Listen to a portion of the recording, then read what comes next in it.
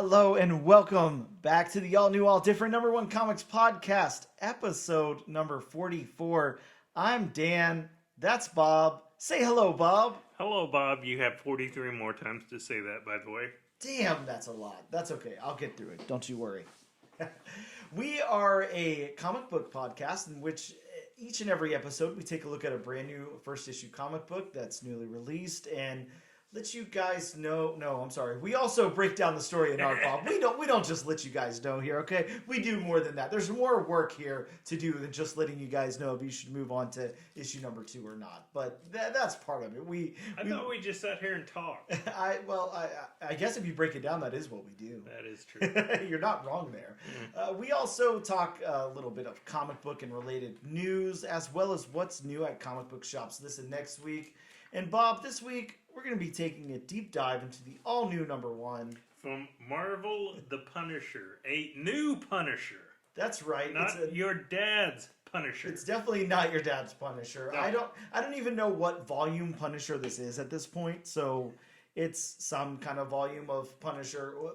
Bob, if you had to take a guess, if you had to take a completely uneducated guess here, just throw out a number. What Are volume we of Punisher including is the this? limited series? I don't know. Does that usually count as a volume? I'm going to say yes, so I'll say 5. 5. Yeah, I don't even know how to get the answer because I'm on Comic Geek on the Comic Geeks app, and it definitely doesn't say the volume or anything. Either way, we're going to take a short break. We'll be right back, and maybe we'll have an answer for you of what volume this is. If you're playing at home, make sure to post your answers now. And when we return from this quick break, we'll talk about which volume this is. And we're back with the all-new, all-different number 1 comics podcast, episode number 44. Bob, you want to go ahead and throw out that answer for the grand prize here? Whoever guessed volume... So, I said 5. Dan, did you have a guess? I thought I said 8, but I don't know if I actually said it out loud. So, I am looking at, unfortunately, we're not getting sponsored by them. Please sponsor us. Oh, yeah. Please, but I'm looking on my CLZ Comics app. Mm-hmm. And apparently this issue of The Punisher, volume 14. You guys didn't get to hear the break, as we were discussing this during the break, and how amazed we were that there's been 14 volumes of Punisher. And also that's not including War Journal, Warzone, those are separate titles altogether, so that's not included in the 14 volumes. Well, and the funny thing, I brought up this point, the first issue of the first volume of The Punisher came out in January 1986. Gosh. So from January 1986 to November 2023, there have been 14 volumes of Punisher. Wow. Yes. That's epic, man. and then you have Action Comics, which is still on volume 1. Technically. Technically. Yeah. Well, I guess there hasn't been a new number 1, right? Right. At any point. Right. Sure. Okay. Yeah. You're right. That and Detective. But, wow. Yeah, 14 volumes. Nuts. Insane. Well, go Punisher, go. I guess I would say go Frank Castle, but he stops at 13, so right now we're on Joe. But anyways, we'll get more on that later. As far as news, that's right. There's news this week. Be surprised. I am. We have just Bob. It's news light. I'm not gonna lie. It's not like the biggest news in the entire world, but yeah, that's okay. It's still news. Yeah, it's fun either way. Bob, I wanted to talk to you about a cover I know you absolutely love because you and I have talked about it before in private. So why not make it public here on the podcast? I know you love that Heroes Reborn Rob Liefeld Captain America cover. I know it's one of your favorites. So I don't know what you're talking about. Yeah, sure. So it's actually in the news this week. Is it? Yeah, the original art is up for auction at Heritage. It's still got a week left. I want you, speaking of guesses, since we're on guesses right now, I'd love it if you would just take a guess as to where that's at. Okay. How long has it been up? You said it has a week left. Yeah, it's got 7 days left on it. I don't know how to get the information of how long it's been up. I don't see anything here. Well, Heritage usually does. Don't they usually do monthly auctions? That would make sense, I guess. So let's say, it's been going for a few weeks now. Yeah. Mm-hmm. Oh. I'm going to say right now. Oh, we're going to get sued for that. I shouldn't make that. I don't know. 15,000 popped in my head. 15,000. Okay. So I was trying to get the information. I clicked on it, but it's still. I don't know what any of this means other than it's done. Wow. Yeah. I don't know what any of this means. Okay. So, anyways, back to the auction here, Bob. Right now, it is at 16,000. Okay. So very, very close. Okay. The closest without going over. I guess that's what Price is Right rules, right? Correct. Yeah, so you win something. So jump up and down the screen. Yeah, please, audience clap. I mean, the biggest thing. I mean, I just want to show you that cover art. Yeah, I see. Look, you couldn't see my face, but I recoiled in horror at that cover. Well, I don't want to cut you off because I know you have more to say about it. But just let me say first before you get into that. My plan was, I was hoping that this would stay, that it wouldn't go over $500 because I was like, this would be a great end of the year, 1 year wrapping up podcast gift to get you, Bob. So I was right there, but once it went over that $500 mark, I was out. But and I mean, of course, the biggest draw of it is it's original art by Rob Liefeld. Yes, it certainly is original art by Rob Liefeld. And I mean, again, just like. John Romita Jr. I mean, no matter how you feel about his art, I mean, it's original art, and I mean, I know I give these guys a hard time, but I mean, I wouldn't be able to, hold a candle to them. Sure. Yeah. Of course. This is just fun, but. Rob Liefeld, can poke fun at this too. He's fine with it. He leans into it just like the feet and pouches thing, so he's okay with it. It was actually, I don't remember what I read, but I did read an article pretty recently. I don't know if it was at the same time this went up for auction or if it was, sometime before that or whatever, but Rob had talked about how he used a famous picture of Arnold Schwarzenegger as the model, the inspiration for this. So the stance is a little bit different, but the kind of leaning the head towards the camera, but the body's in that motion. Yeah, so I can definitely see that, especially with the chest. Yeah, that's a very, very exaggerated chest, but yes, it really is. Absolutely. But I know we all know Captain America got swole when he, came out of the pea pod. Yeah, but that swole. Very swole, very swole. I love it. Bob, in other news, right now they're saying, and I take this with a grain of salt, I suppose, but the Blade movie will be rated R. They've announced that it's going to be rated R. They pushed back off that PG-13 or whatever that they were going to originally go for. But is the movie in developmental hell? Is it ever coming out? Is it ever going to happen at this point? It keeps getting pushed back later and later and later. So it doesn't. How long ago was Mahershala Ali announced his Blade? God, Bob, it has to have been like 3 years at the very least. At least. Yeah. At least. I'm thinking pre-COVID, honestly, but I'm not too sure.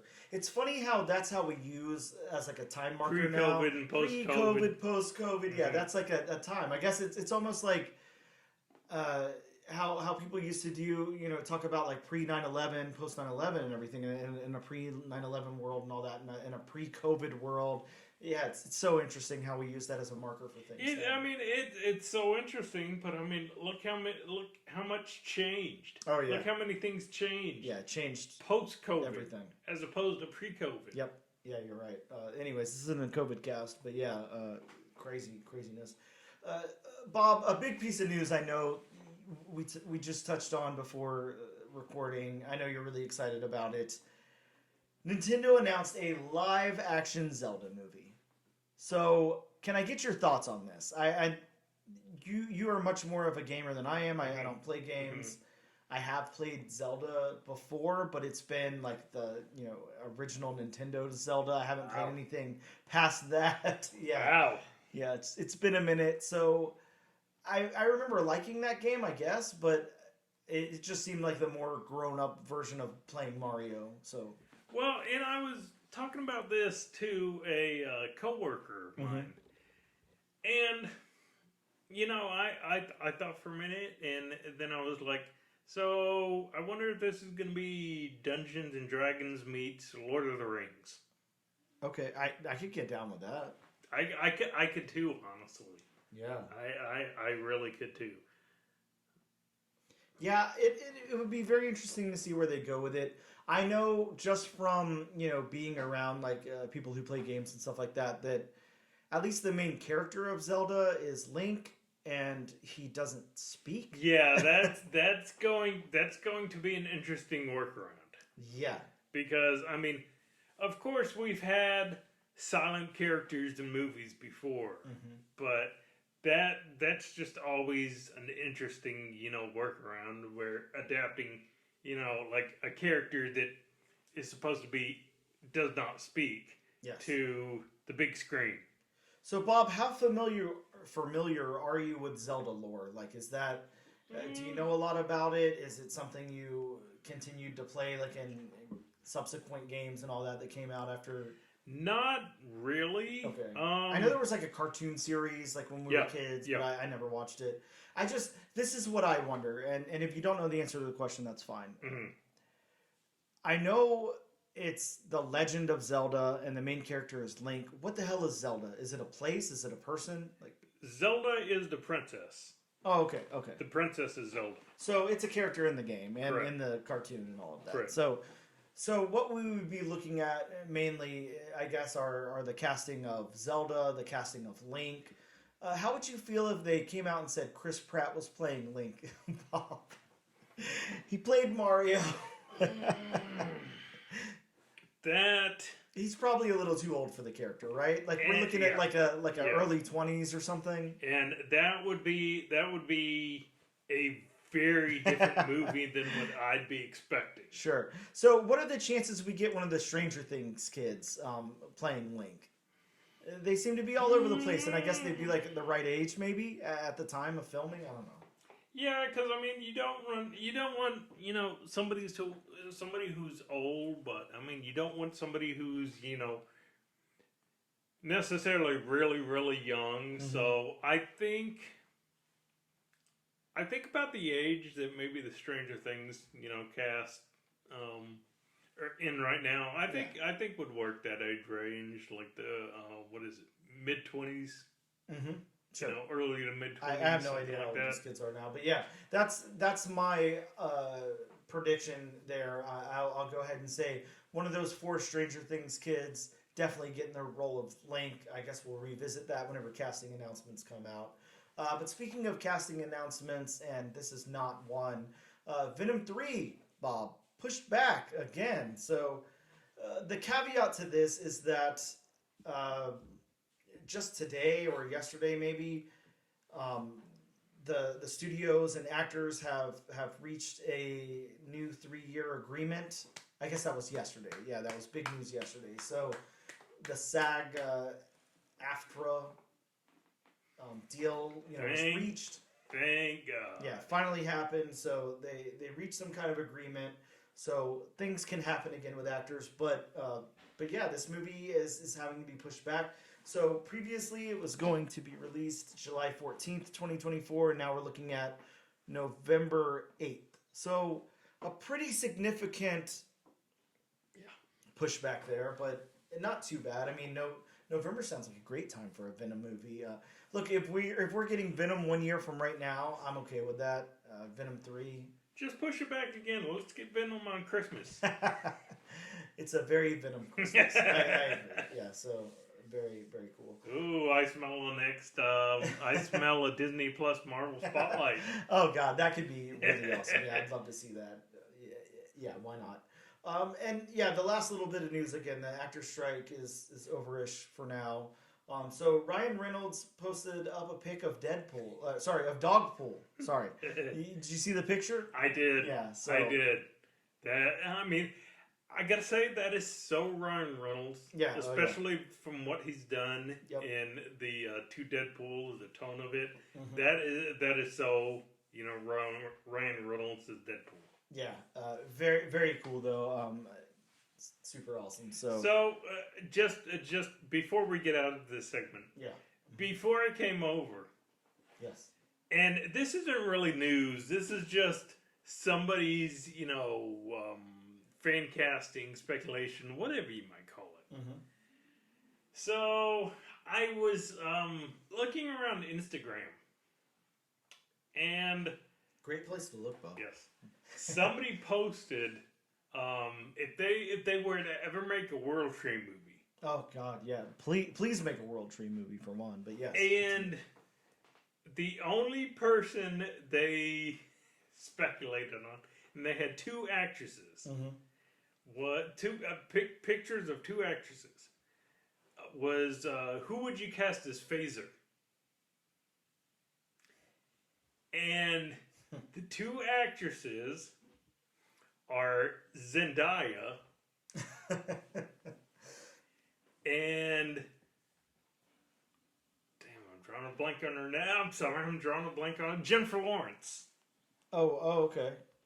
So I mean, yeah, imagine that role though. Okay, you read the script and you're like, so I've got to walk around naked, just no clothes on. That would definitely be a rated R movie. It have to be, yeah. Of course, yeah.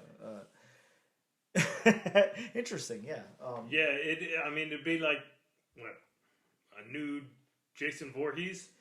I guess here's the question for you, Bob. Okay. Does World Tree still have the same effect if that character were clothed?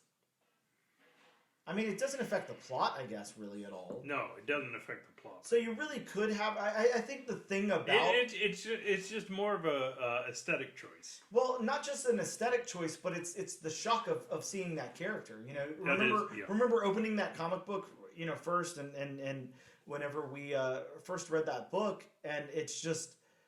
It's such a shock. Naked? Yeah. Now, if you just have like a lady walking around fully clothed or in a bikini or in underwear or something like that, it takes away a lot of the shock of it, I guess. Huh. Yeah. Interesting thought to ponder. I'm going to let you guys ponder that thought while we take a quick break, and we'll return to talk about what's new at comic book shops this week.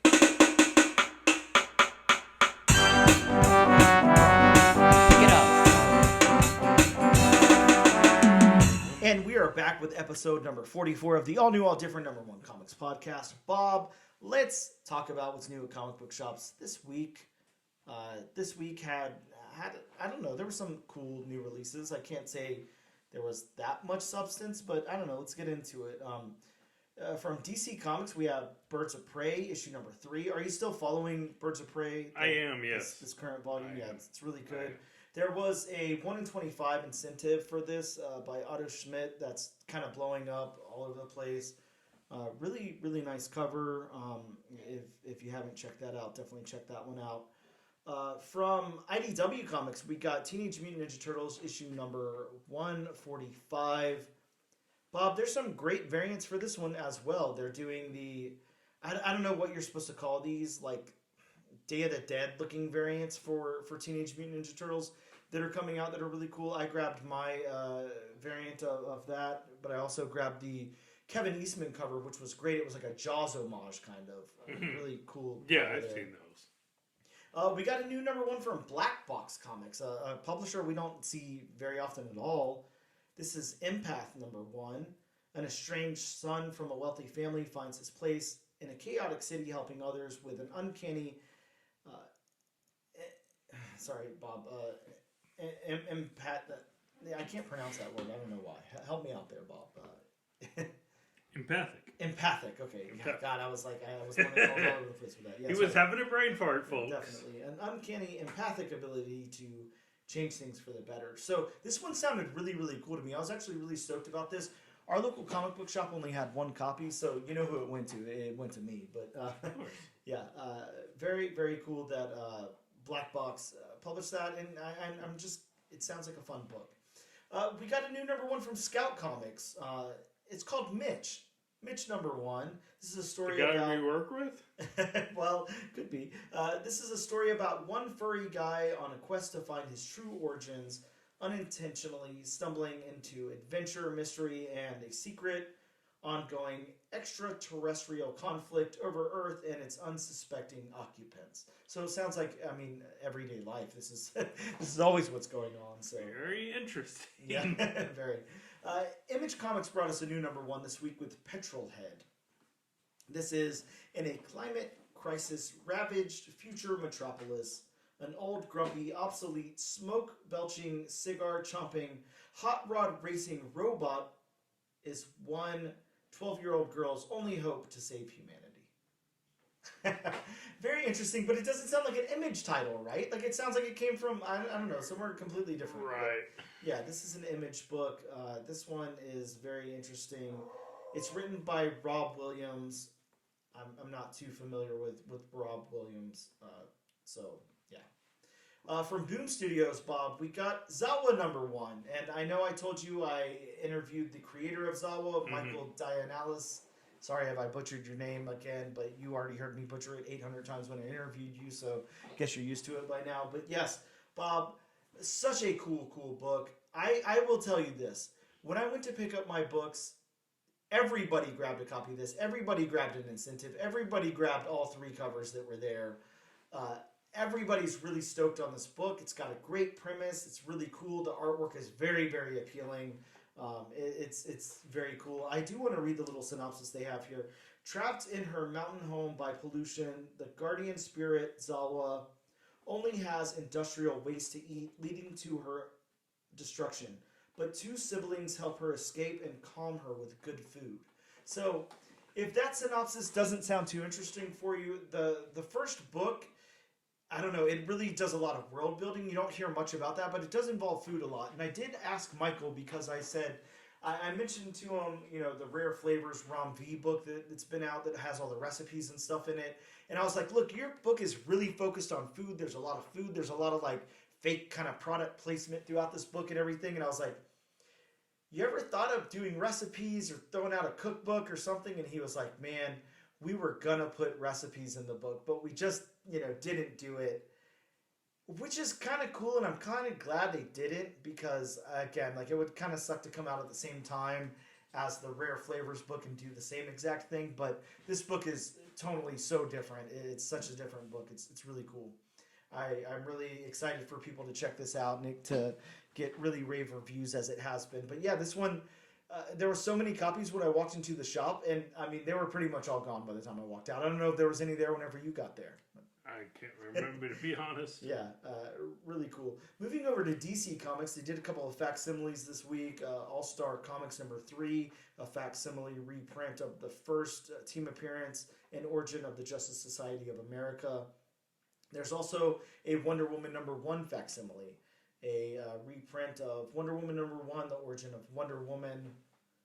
Cool books to pick up. DC also had Poison Ivy 16, the first appearance of Chuck, an ordinary family man who is to discover a higher calling in life.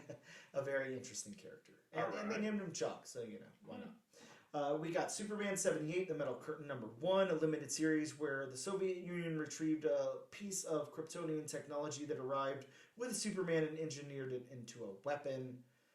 Kind of cool. I'm actually a little sad I didn't pick that one up now that I read that little blurb there. It sounds like a fun book. Over to Marvel Comics, we got Gods issue #2. This one has the first appearance of Mia, the Magic Girl, a young sorcerer struggling to achieve her full potential. Aren't we all, Bob? I struggle every day. You and me both. Bob, we got Star Wars The High Republic #1 in this new phase of High Republic, this new volume, I guess the 3rd volume at this point. Right, yeah. third phase, third volume. So yeah. Wow, I can't believe we're already on 3 of that craziness. We got a new volume of Thanos. Thanos #1, first team appearance of the new Illuminati in this book. And then rounding us off from Marvel, we got What If Dark Tomb of Dracula #1. What if Dracula turned Blade into a full-fledged vampire? What would happen then, Bob? I guess you have to read the book to find out. This one was... He wouldn't be able to go out in the sun. Yeah, well, true, yeah. This one was written by Marv Wolfman, so really stoked about that. Nice. Yeah, really cool. So, cool book to check out. We're going to take a quick break, and we will return in just a moment. And we're back with episode number 44 of the all-new, all-different #1 Comics podcast. Bob, it's time for the meat and potatoes. Let's do the... And yeah, you're right. For me, the potatoes and potatoes portion of the show, where we go over the all-new #1 comic. That well, I don't know. For you, wouldn't it be beets and potatoes? I do love my beets. You yes, are very you do. correct, sir. Beets, they are very good for you, and they're delicious. You know, they're nature's candy. If you listen to Doug from the Nickelodeon show in the '90s, Doug. I shall neither confirm nor deny that I have seen a bottle of beet juice right by Dan. Very often at that. Yeah, that's happened quite a bit. You're not wrong there. Beets, if you're listening, please sponsor us. Not the headphones, the vegetable. I mean, we do sell love beets. Yeah, sure. Either way. Bob, let's get into this comic. This is Punisher #1. The 14th volume of Punisher, released November 8th, 2023. This is the return of Frank Castle. No, it's not. Is this a return of Frank Castle, or is this something else? Else. Yeah, Frank Castle has disappeared, but evil will always need to be punished. With new threats rising to claim innocent victims, criminals will need to beware of a dangerous vigilante hunting them from the shadows. Who is the new Punisher? What put him on his path of vengeance? And when the smoke clears, will he even make it out alive? It's John Wick meets The Fugitive in this action-packed new saga from Ringo Award-winning writer David Pepose and Eisner and Harvey Award-nominated artist David Wachter. Bob, is that how you say that guy's last name? Wachter? Help me out there, Bob. Wachter looks fun with me. All right, sounds good. We're approved by Bob, so Dave Wachter. As the Marvel Universe meets the next generation of punishment. So that is the synopsis there. You know, I gotta say, before you read your synopsis, that whole John Wick meets Fugitive thing, it's like, that would be a cool movie. Oh, hell yeah, it would. Look, I mean, I don't know anything about John Wick, but I do know that Fugitive is one of the greatest movies ever made. God. The second one? Which wasn't called The Fugitive at all. No. We're talking the first only. Yeah, He still didn't kill his wife. No. It was the one-armed man. But, yeah. Man, great stuff.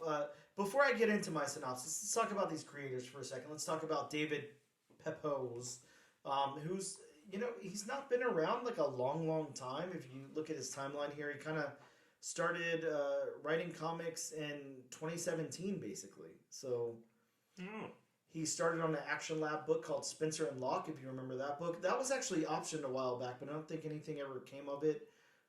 It was like I don't know, like a detective and his imaginary panther or something from childhood. I don't know. It was a very interesting book, but it was done really well. It was cool. Next up from David, he did a book called Going to the Chapel in 2019. Again, pre-COVID, at least pre-COVID for us. And then in 2020, he really only had one release called the OZ. It was something that Wizard of Oz adjacent, basically, like a story in that universe. Next up from Aftershock Comics, God, remember Aftershock Comics? That was a thing for a bit. He did Scout's Honor. That was like a 4-part mini. Really, really cool book if you remember that. And then he moved over in 2022 to some Marvel stuff. Did some stuff on Elektra, Black, White, and Blood. Did Savage Avengers writing. He was on Moon Knight. Black, White, and Blood. Also Avengers Unlimited. Infinity Comics. He did quite a bit of those. Back to the Savage Avengers. And had some writing credit on Fantastic Four, like on a random issue. Not too sure what was up with that. I guess like just a one-off or something. And then in 2023, finished out his Savage Avengers run. Did some stuff. Some more Avengers Unlimited, Infinity Comics. Wrote on the Hulk Annual. Did some work on Extreme Venomverse, Moon Knight City of the Dead, and he's got some more stuff coming out. But also, if you remember that book, it just came out recently. I grabbed the ash can of it. The Devil That Wears My Face from Mad Cave. Mm-hmm. He's the writer on that too. So yeah, some really cool stuff David has done here in a short amount of time, actually. So really, the only thing I am familiar with his run on. Or if he worked on Savage Avengers, I am familiar with that. Yeah, that was his. Yeah. I have gotten both volumes they've had so far of Savage Avengers. Mm-hmm. That was the second volume was when Marvel could still use Conan the Barbarian. Yeah, but yep, I remember. Yep. Now they can't anymore. Yeah, sadly. Next up, let's talk about Dave. How did I Wachter. Wachter. That's so hard to say. Wachter. it's almost, I don't know. It's either Wachter or Wachter. Dave W. Sounds like a great name. Sorry, Dave. We're not trying to butcher your name, but again, we're just taking our best shots. It's always the open invitation. Come on the show and tell us how to say it. Mm-hmm. Tell us the correct way. That's what we're waiting for. Michael, that I can't say his last name now, can attest to that. He had to come on this show to teach me how to say his name, and I still didn't retain it well enough. But, so Dave W. here started in 2011, IDW Comics, that Hellbound Train title I'm not too familiar with. He also worked on Godzilla for a little bit. In 2013, moved over to some TMNT stuff. And did some work on True Blood. I don't know if you remember True Blood, the HBO show, vampire werewolf show. I loved that show. But yeah, that was a IDW, I think, put out some stuff. It was definitely, this is going to be a hot take, but it was definitely better than Twilight. I love both of them equally, so I can't say anything. But yeah, they were both a lot of fun for me. But he did a lot of work on Godzilla Cataclysm, Godzilla in Hell, if you remember that book. Really, really cool book.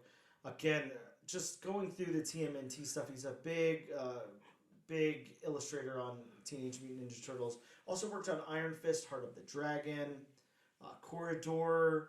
Did some work on Star Wars, Bob, on Star Wars, The High Republic, Trail of Shadows. Went through that whole series there. Did X-Men Legends, Miss Marvel and Venom, Spider-Man 2099, Blade Vampire Nation.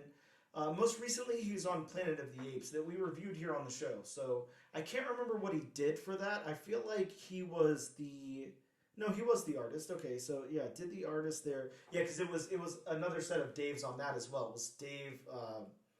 Now I can't remember his last name. David Walker. Yeah, David Walker was the writer, and then Dave, whatever.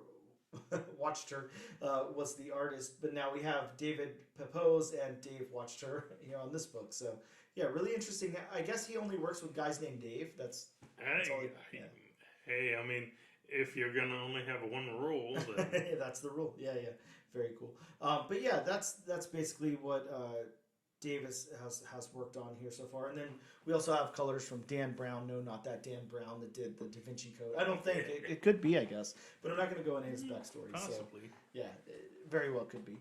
Now, excuse me for a second while I stumble through my my synopsis here. Please. My recollection of the book. Punisher opens with two detectives detectives upon a crime scene as they find a dead family minus the husband/father. We then see a group of Sokovian thugs in masks in a bar when the Punisher enters and spends a few pages killing them all.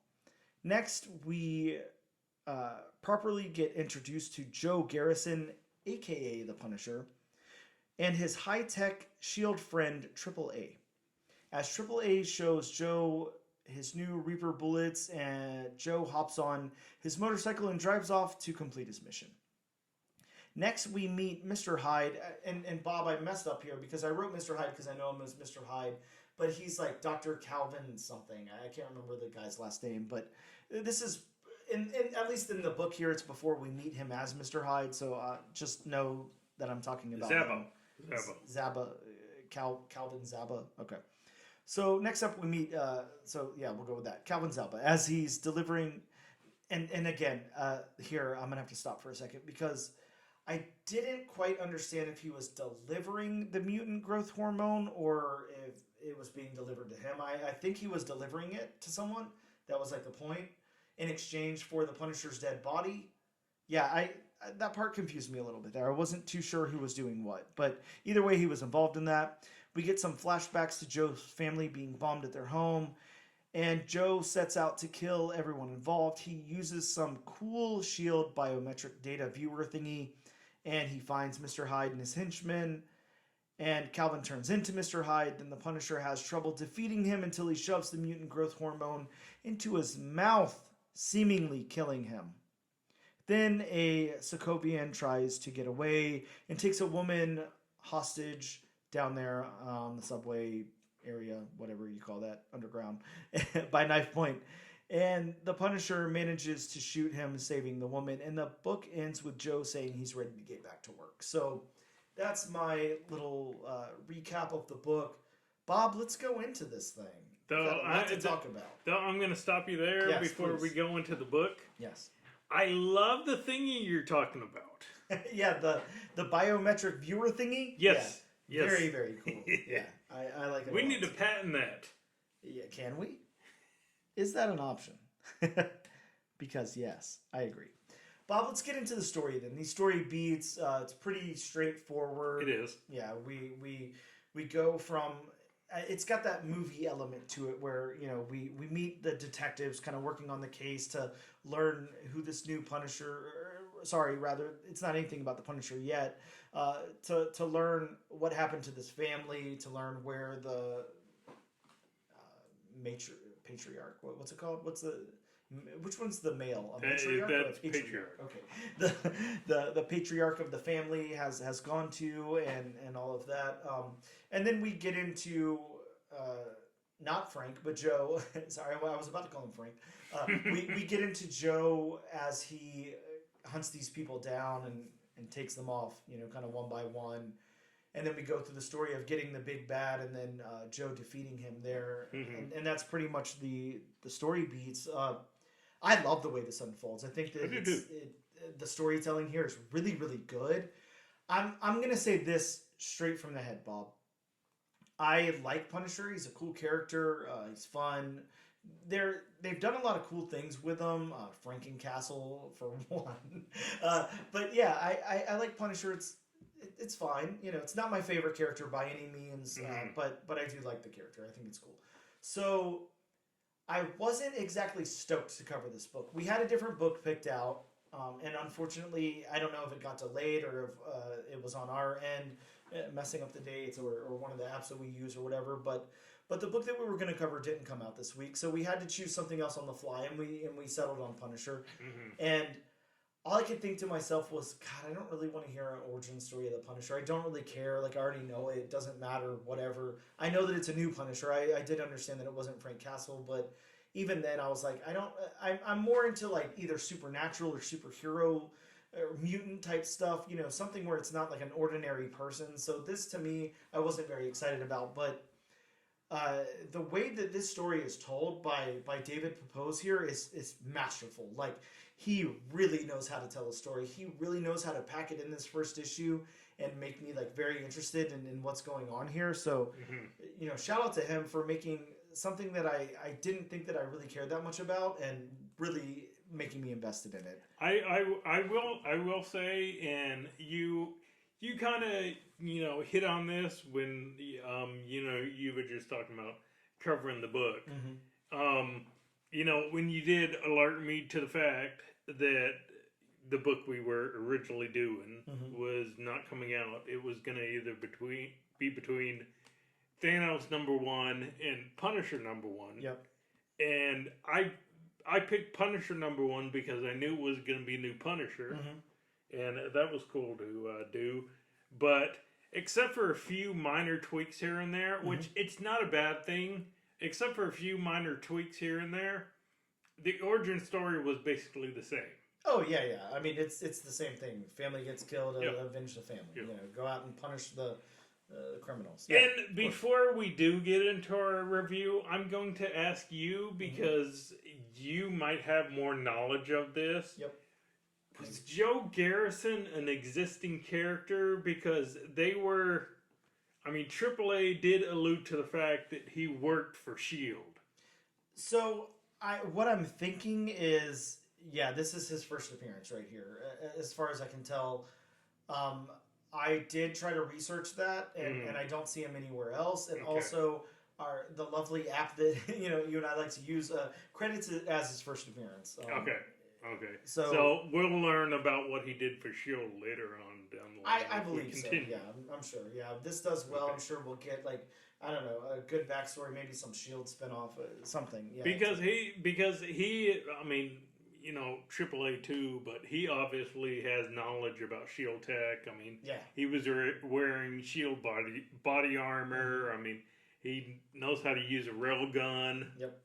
Yeah, definitely. So he was up there in S.H.I.E.L.D. Gotcha. He was, what did they call it? The grave... what was it? Gravekeeper? Something like that. Yeah, over at S.H.I.E.L.D. So, yeah. I would be interested to know what exactly is it. Yeah, I'd love to get some more backstory on his S.H.I.E.L.D. work there. Yeah, definitely. Him and AAA. Really interesting team there. But how about the narrative then, Bob? The narrative. This one's kind of cool because it does that internal monologue and it splits it up with the dialogue and everything.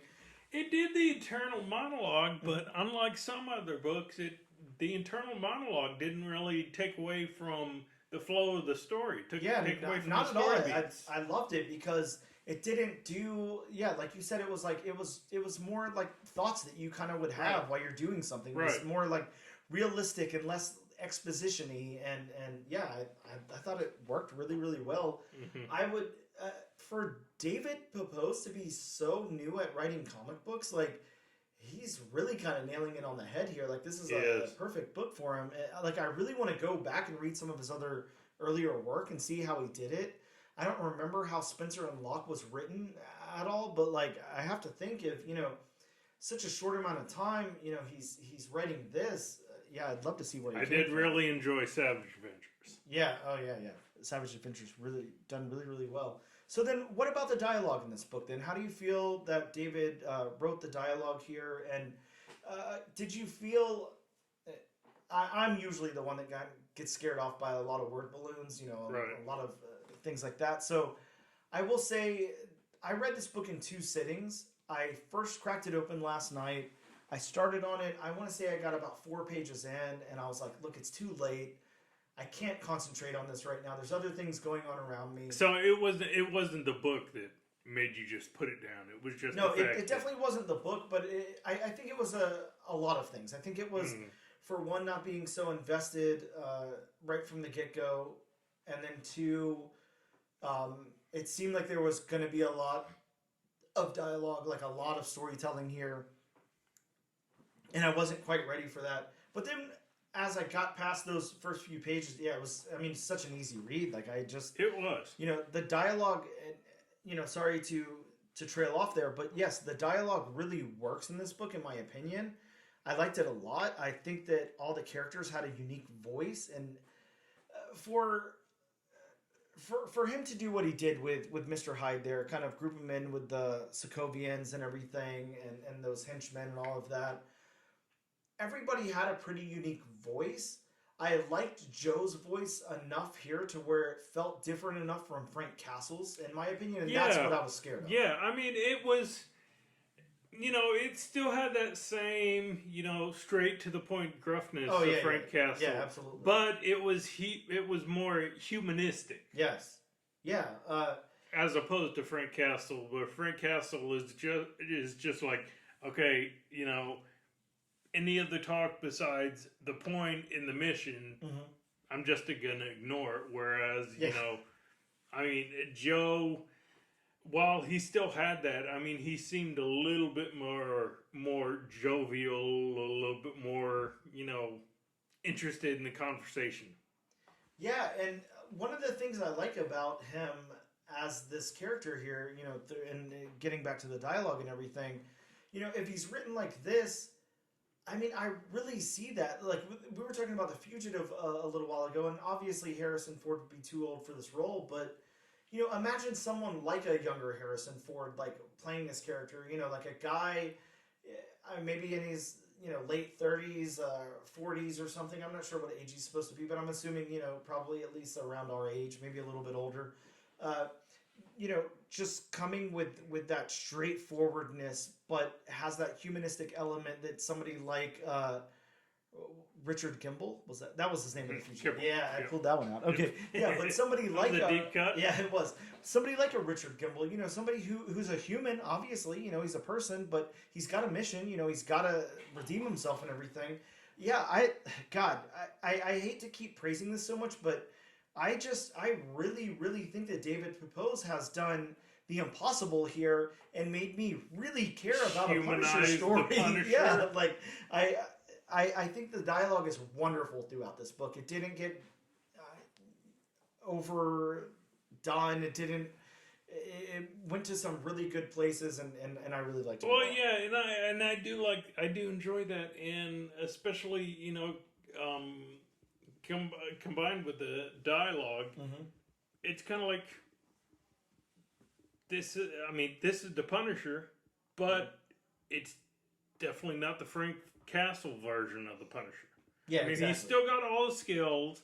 He's still doing it for the reason why Frank Castle did it, but it's the same character, but it's not the Punisher Frank Castle. It's exactly Frank Castle. And let me ask you this. This is like another side tangent, and I'll try to keep it short. But like, right. I know how you and I both feel. Like we're very open and accepting to new ideas, new things, whatever changes all of that. A lot of people aren't. A lot of people are very narrow-minded. They're very whatever. Or maybe things just don't work for them. Let me not paint them in the bad light, I guess. But you and I are very, very open. So.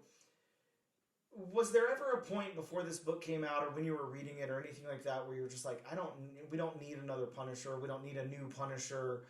Did you ever feel that way? I did. Yes, and the reason I asked is because I didn't either. I didn't feel like that before. I don't care, but like, again, you have that, and I know there's the internet's so toxic, fandom is really toxic, whatever. I get all that, but like, there's just so many people out there who are like, ugh. Why do we need this? Where did this guy come from? Who cares? Blah, blah, blah. All of those things. Well, I mean, where did Miles Morales come from? Where did... There's so many different characters, that are like a updated version or another version of a character that you know and love. And like, it doesn't take away anything from the character that you like. Okay, and I'm gonna kind of stop you there Yes. and just give my take and give an example. And you actually brought up the example I was gonna use. So you asked a question before this. Were you thinking, oh, we don't need another Punisher? Yep. So, I mean, I will leave it at that. I'm fine with having another Punisher. I was definitely not thinking we didn't need another Punisher. But, and you brought up Miles Morales. Yes. It is getting to the point where, is there one too many Spider characters? I can see the argument. I like it. I love But where we are with it gets to a point where it's like, okay, just like just like your favorite Batman, all the Batman titles they have. Yeah. It can get oversaturated. Yeah, of course. And I'm sure we'll get there at some point with Spider-Man. People will start to really say that. Why we don't want new Spider characters. But I mean, that being said, I'm still fine with them, introducing new Spider characters, introducing new characters. I mean, as a comic fan, I figure, okay, the more characters, the better. Oh yeah, definitely. Because that just creates more content. Yes, and more content is always a good thing. Exactly. So what about the world building then, Bob? How did you feel about this world? I don't know if it ever explicitly says that it takes place anywhere. I don't think it did. But... I don't think it did either. I mean, I'm assuming, especially in the urban settings, it took place in New York because everything takes place in New York. Yeah. And I mean, it did, Subway. I mean, I know, I know there are different cities. I know there are a lot of cities out there with subways, but I mean, I'm just guessing. Yeah, and like the only real landmarks we have to go off of, there's this Black Dragon Club. I don't know if this is the first appearance of the Black Dragon Club. The only other Black Dragon things that exist in the in the Marvel universe are in the 616 are like Japanese. So I'm not too sure. Though I will say, and I don't know if you felt the same way, but the designs of the henchmen and the designs of the weapons the henchmen were wielding, the swords. Yes. Was it me, or did it give off a Mr. Negative vibe? Yeah, kind of. So what about the Sokovian henchmen then? Like if they're I guess transplanted onto wherever they are here. I mean, this has to take place somewhere in the United States, right? This isn't in the Czech Republic or anything. So no. If it took place overseas, they definitely would have said it in the book. Yeah, I just find it so interesting because Punisher is also in New York. Mm-hmm. So you're telling me we have like a kind of like a copycat dude, like in the same state, but yeah, there's no real landmarks here. There's nothing that tells us where we are, and again, everything would kind of have you think that it would be New York, the subway and all of that. I mean, even the house that the Garrisons live in, they never explicitly say where it's located. Well, here we go, Bob. I guess if we read that last page, can you survive the night shift deep in the heart of New York City? The crime lord known as the Offer trades in every currency on the planet. Barricaded within his fortified tower, he is defended by an army of guards, the latest in cutting-edge security, and a team of stone-cold supervillain capable of slaughtering a battalion. With the limitless resources at his disposal, the Offer thinks he's untouchable, but he's about to learn that no one escapes the Punisher. So that's like kind of the tagline or solicit or whatever for the next issue. So yeah, I guess New York then. So that's kind of where we are. So yeah, if we're in New York, this world is already very built out, especially in folks, Marvel we're bad universe. co-hosts. Well, we didn't read that back page, so what can we say? But yeah, I think the world building was great here. To answer that question, again, is David Pepose firing on all cylinders? For me, definitely. See, and he did something that most comics don't do. Mm-hmm. He gave us a new location in New York. Yeah, exactly.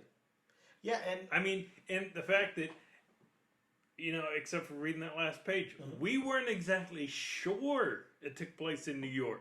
Yeah, exactly, and I wonder if this Black Dragon Club will ever come up again. I mean, it should. It seems cool.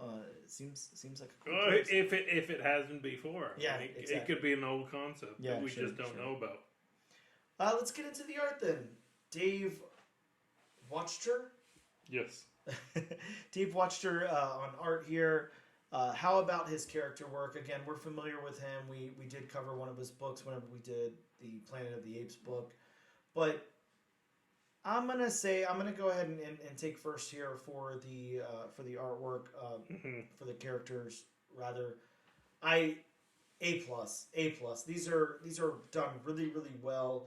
We get kind of that photorealism, but not so much to where it crosses over to something like the Cull.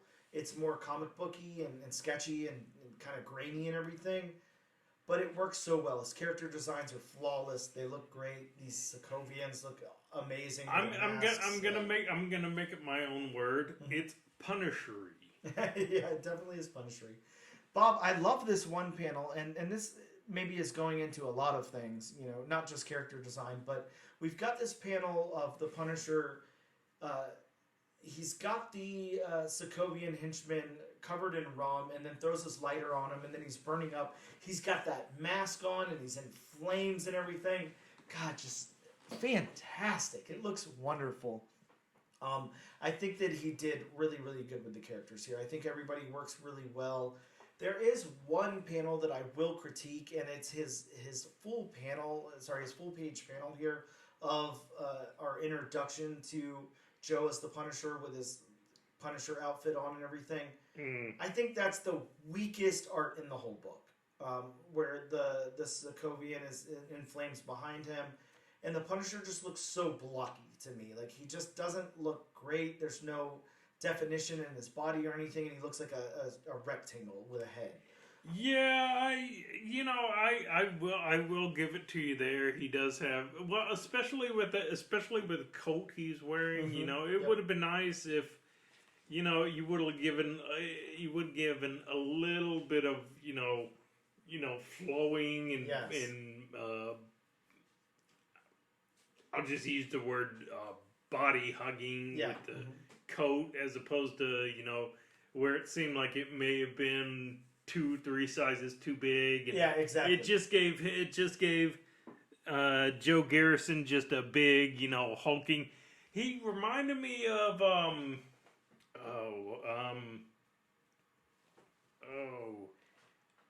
Big Daddy from Kick-Ass. Oh, okay. Remember the comics? How mm-hmm. big and hulking Big Daddy was. Yep. Mm-hmm. It kind of reminded me of that. Yeah, I'm with you. And flash forward to this panel where he's first introduced to Mr. Hyde and all the henchmen back there, and he's in this great stance. He's got this really cool pose, and he's in his full costume and everything. He looks great there. Mm-hmm. He looks awesome. Mm-hmm. It's just that one full page panel, and I think that was the money shot, and I think that the landing wasn't stuck there. So I'm really trying hard to critique this book because I ended up liking it a lot. So I'm trying to find what faults I can, and I think that one panel was a fault. But again, I'm not going to blame him for that. I was going to say if you were to name an artistic fault with this book, that was probably it. Yeah, that would be my biggest one because it shines throughout the rest of it. It looks great.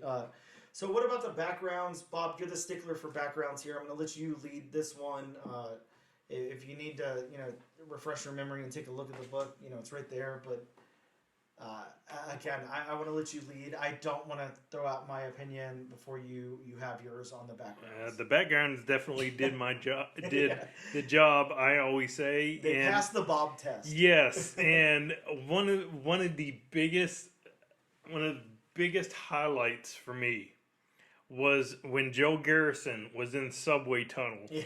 You can see every single brick. Yeah, God.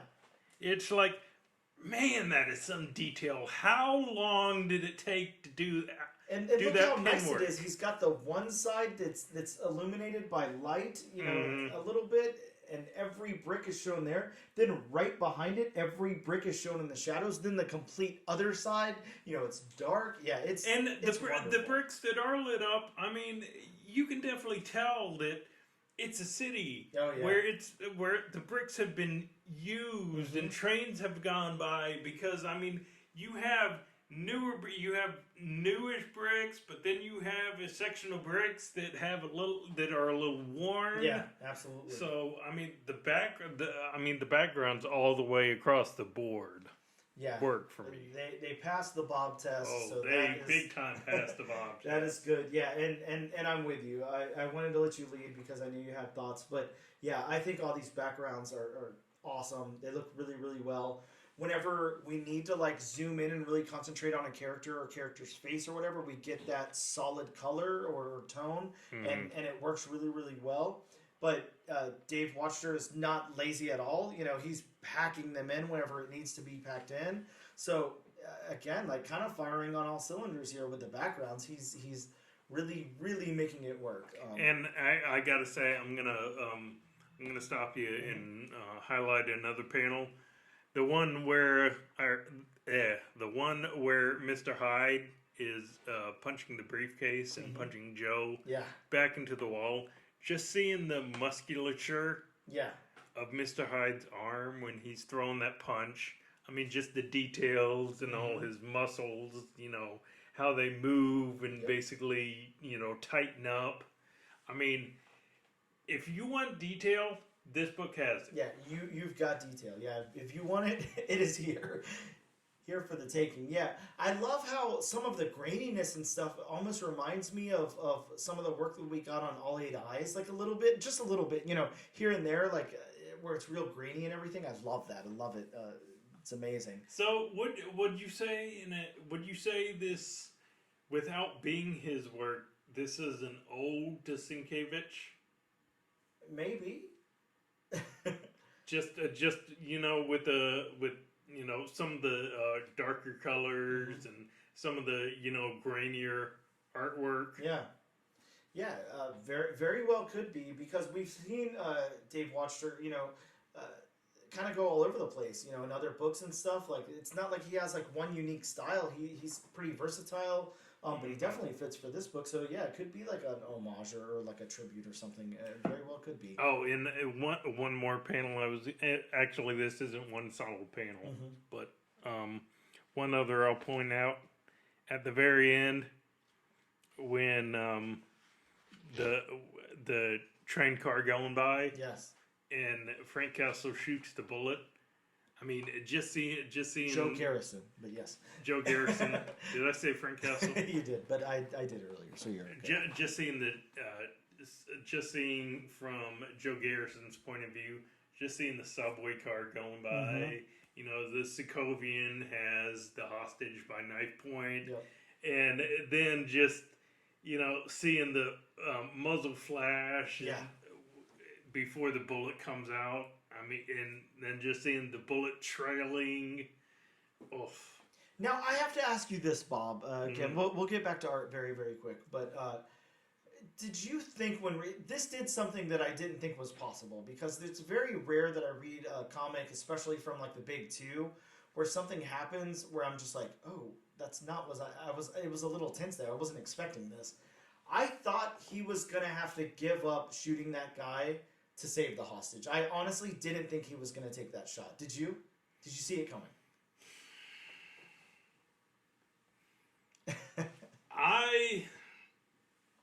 Yeah, it's... Oh, that's... I mean, it's... Frank Castle would have taken the shot. Oh, yeah. Frank Castle would have done it in a heartbeat without even thinking about it. Yep. The fact that this isn't Frank Castle made me pause and was like, he's not going to take that shot. Yeah, exactly. He's not going to do it. I thought it just couldn't line up and he missed the shot. Like, I thought that it wasn't going to happen. And then it happened. Which is great because, you know, it explains, it shows us more about our character. It shows us what he's capable of, what risks he's willing to take and all of that. But it seemed calculated at the same time. It seemed like to him, he was like, I'm not going to lose this hostage and this is not a risk. Like I'm gonna make. He's not getting away again. Yeah, there's not gonna happen. There's no in hell he's getting away again. So again, like it just really worked really well here. And again, talk about paneling and layout and all of that.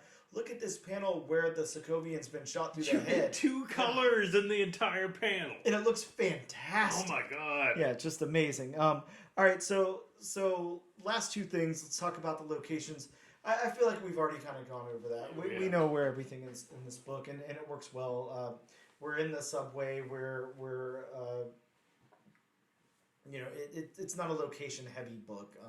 It takes place in just a few places here and there. The colors from Dan Brown would be the last thing.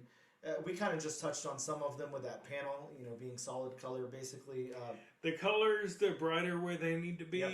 They're duller where they need to be. Yeah, they work very, very well. Dan Brown and Dave Wachter they're great team. I mean, again, a panel with two colors. Yep.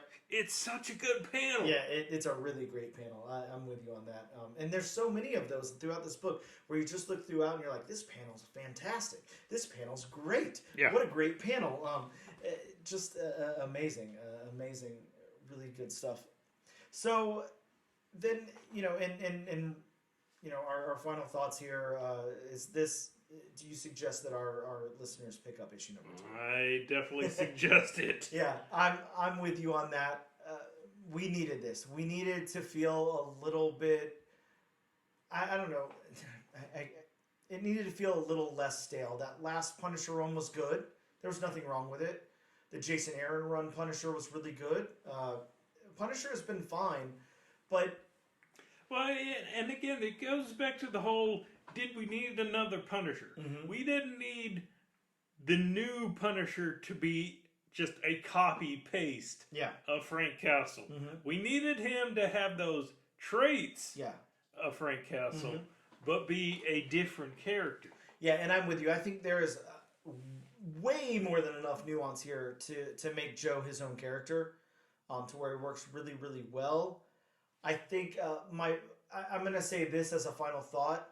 I think the workaround that they used to make the costume what it was, the ballistics and all of that, to make it kind of the Punisher skull, but definitely not the Punisher skull. And I was thinking that the whole time, and I was gonna find a way to bring that up. Yep. I was going to ask you, what is your opinion on the logo? The new logo. The new logo. Okay, yes. I like it. I think it looks cool. I think it was a clever workaround. Now, I think that just as we've seen before, you can't introduce a new Punisher logo and have people really accept it. But you also can't rely on the Punisher logo because it's been ruined by people. People have screwed that up, sadly. A lot of people have taken the Punisher logo and made it into something that it doesn't represent. Or sorry, that it doesn't speak for the actual Punisher here and all of that. And I gotta say, I saw the Punisher logo, and I'm a fan of it, especially how the bullet clips look like the teeth. I mean, you got the bigger teeth right in the middle, and then you got the smaller teeth around. But I was looking at the outfit, and I'm thinking, if Tony Stark ever made a Punisher logo, that's what he would make, because it did look like, the Unibeams. I mean, the eyes and the nose look like the Unibeams. Yeah. No, you're right. Yeah, it definitely does. I think it works, but I think, again, that's a really hard thing to talk about, sadly.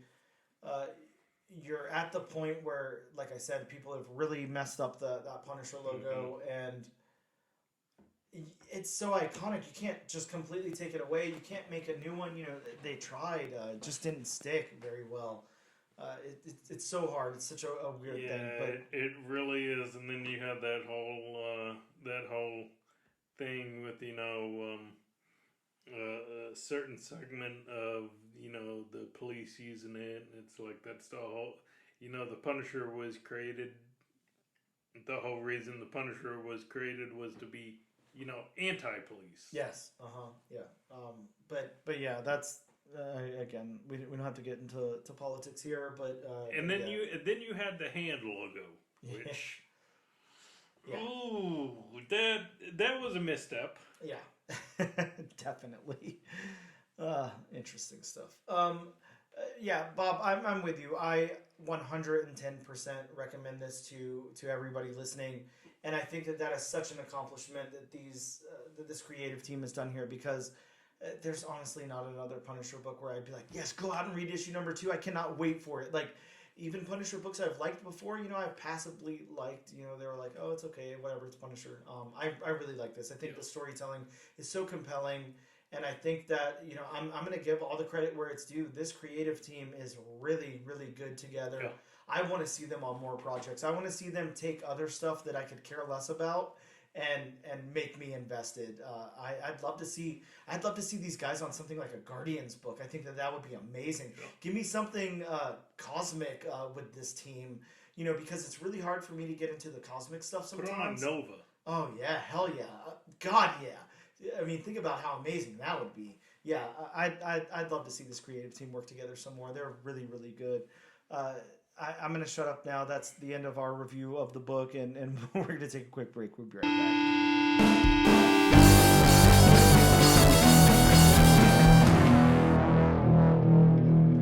And we are back with the all-new, all-different #1 Comics podcast. Episode number 44, Bob. I can't believe it. 44 episodes. Yeah. Did I say 44 enough times yet?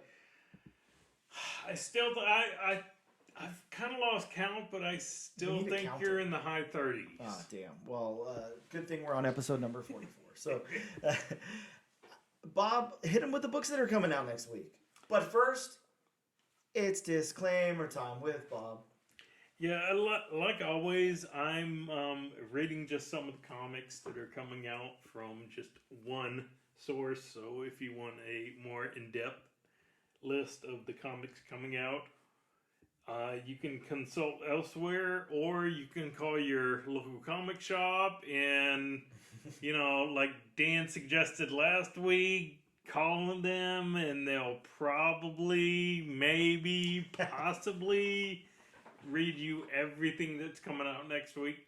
Well, Bob, I'm just going to go ahead and say it here, live on the podcast. Of course, if you're in Jacksonville, Florida, make sure you hit up Ben, Jonathan, or Ian over at Gotham City Limit Comics, and they will be happy, more than happy, to sit on the phone with you and explain each one of those titles that's coming out. They'll read you a synopsis. They'll give you, let you know if they, if they're interested in the book or not. It's basically like listening to this podcast, but for each and every single individual issue, all you got to do is call the shop. So that's Gotham City Limit. You must really like Coliseum Comics.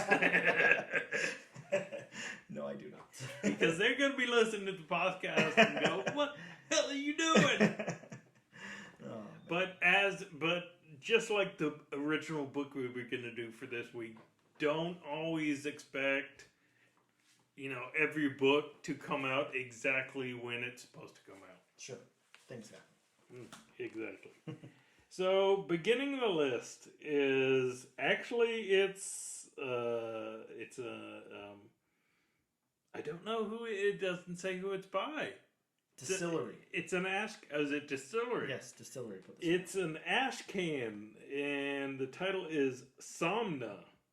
Yeah, this is an ash can given away with the purchase.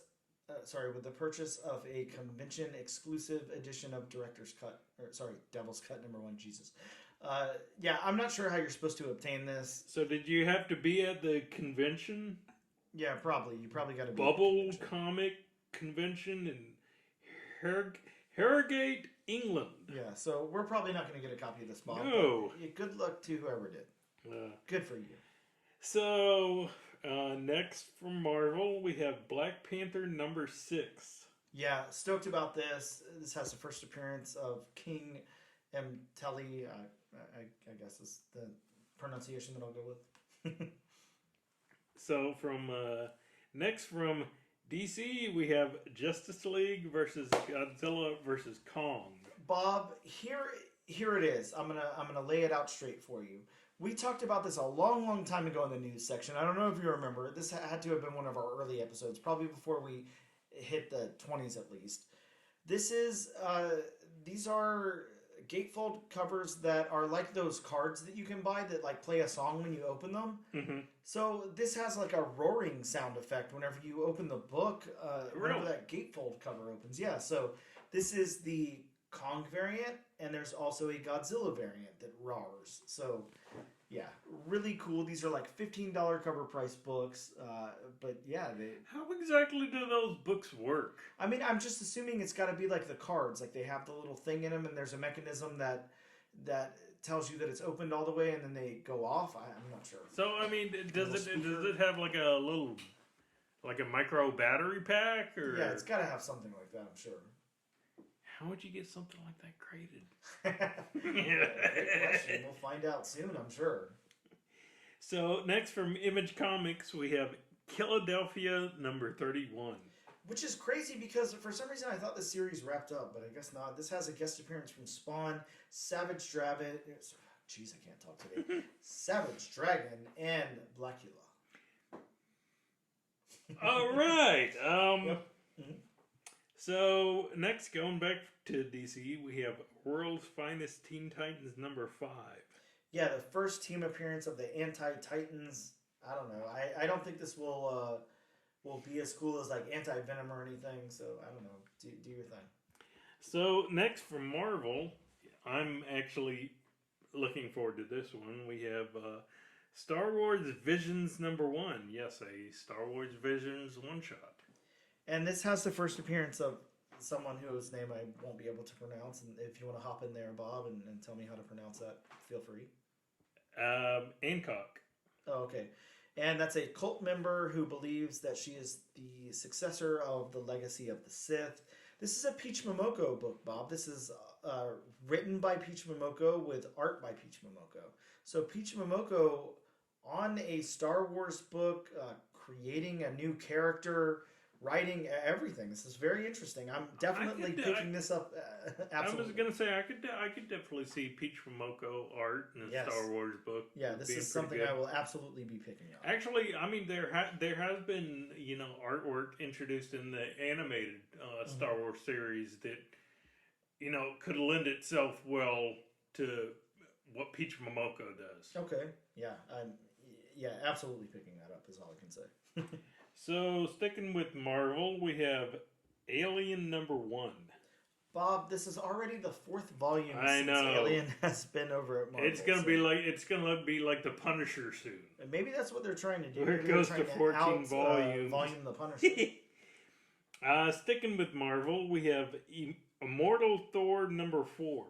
Yeah, Immortal Thor has been great. If you haven't been reading it, really, really cool book. This has the possible introduction of the Four.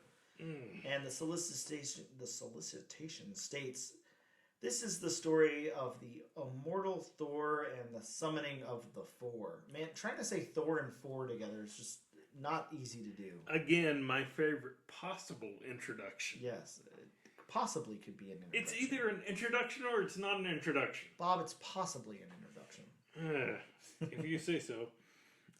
We have Silver Surfer Rebirth Legacy number 3. This one has the reintroduction of the Silver Surfer as the Fallen One, as introduced by Donny Cates in Thanos 15 back in 2018. Again, pre-COVID, Bob. We get to talk about pre-COVID again. How wonderful! And actually, coming up next, we have a Deadpool title, which I don't think we've had a Deadpool title in. Yeah, it's been a little bit, right? I can't think of any Deadpool stuff. I mean, I think there has been something Deadpool. Oh, there was something. There's something ongoing right now, but it's I can't remember the subtitle for it. Yeah, there is something. This is a one-shot, a week in the life of Deadpool, where he commits 7 assassinations each day. That is very interesting. I thought maybe it would be like. On Saturday, he commits 1 assassination. On Sunday, he commits 2. Nope, each day. On Monday, 3. 7. Sticking with Marvel, we have Superior Spider-Man number 1. Yes, Superior Spider-Man is back. Superior Spider-Man is back. This is the premiere issue of the ongoing series. What volume is this for Superior Spider-Man? Who knows? 3, 4? I don't know if it's gotten that far yet. It might be 2. I don't know. I believe it's past 2, but yeah, we'll see. Going back to DC, we have Dan's favorite, Batman: Gargoyle of Gotham number 2. Yeah, this one's got some very interesting first appearances. It has Moth-Er with a really cool character design, might I add. Looks like this thing is contains a bunch of moths. It's made out of moths. It's a giant moth with moths all around it. I don't know. The next first appearance may be kind of controversial. And the next one is the Virgin. Really cool character design on that as well. You know, as far as Batman goes, I probably will pick this up for these first appearances here. They look pretty cool. Great artwork on them. Of course, that's Raphael Grandpa, so really great artwork naturally, but yeah. Going to Scout Comics, we have Ghost on the Water #1. Yes, Ghost on the Water #1. I don't. It's written by Jeremy Deiches and Ben Goldsmith, with art by Alex Cormack.